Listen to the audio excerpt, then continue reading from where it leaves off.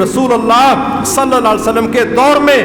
دو چار ایسے لوگ جنہوں نے بدتمیزی کی، بڑے تو بڑی دور کی بات، وہ معوذ اور معاذ چھوٹے چھوٹے تھے، انہوں نے باقاعدہ یہ پوچھا عبد الرحمن بن عوف سے کہ یہاں کوئی ابو جہل بھی ہے؟ تو انہوں نے کہا آپ نے کیا کرنا ہے؟ تو بچوں نے کہا ہمیں پتہ چلا ہے وہ ہمارے نبی کو گالیاں دیتا ہے تو ہم نے تو اس کا علاج کرنا ہے۔ کہتے ہیں میں سوچ رہا تھا کوئی بڑے لڑکے ہوں گے، کوئی بندے ہوں گے، چلو میں بھی ایک ٹیم بنا کے لڑوں گا، لیکن چھوٹے چھوٹے بچے ہی تھے دائیں بائیں۔ تو پھر ان بچوں کو جب بتایا گیا کہ ابو جہل وہ کھڑا ہے، وہ کہتے ہیں میں نے تو ابھی اشارہ ہی کیا تھا، وہ تو بجلی کی طرح گئے اور جاتے ہی ان کو جناب ڈھیر کر لیا، اور اللہ تعالیٰ نے یہ موقع دیا، ان بچوں نے اس کو قتل کیا جو آخری سانسیں اس کی رہ گئی تھیں۔ وہ عبداللہ ابن مسعود رضی اللہ تعالیٰ عنہ، وہ بکریاں بھی چارہ چرایا کرتے تھے، ٹانگوں کے بھی کمزور تھے، تو وہ لاشیں ڈھونڈتے ڈھونڈتے جب اس کے سینے پر چڑھے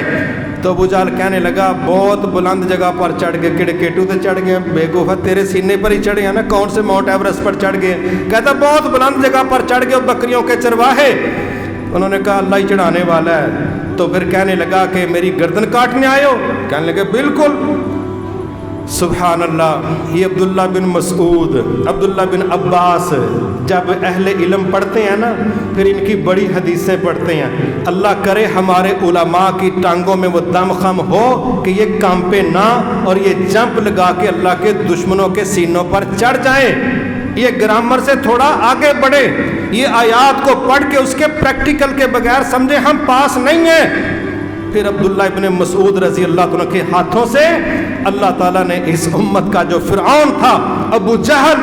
اس کی گردن تن سے جدا کروائی اور ان بچوں کے ذریعے اس کو قتل تک پہنچایا۔ پھر جب اللہ استعمال کرنے پر آتا ہے کمزوروں سے وہ کام لے لیتا ہے جو بڑے سوچ بھی نہیں سکتے، لیکن اس کے پیچھے وہ معوذ معاذ والا اخلاص،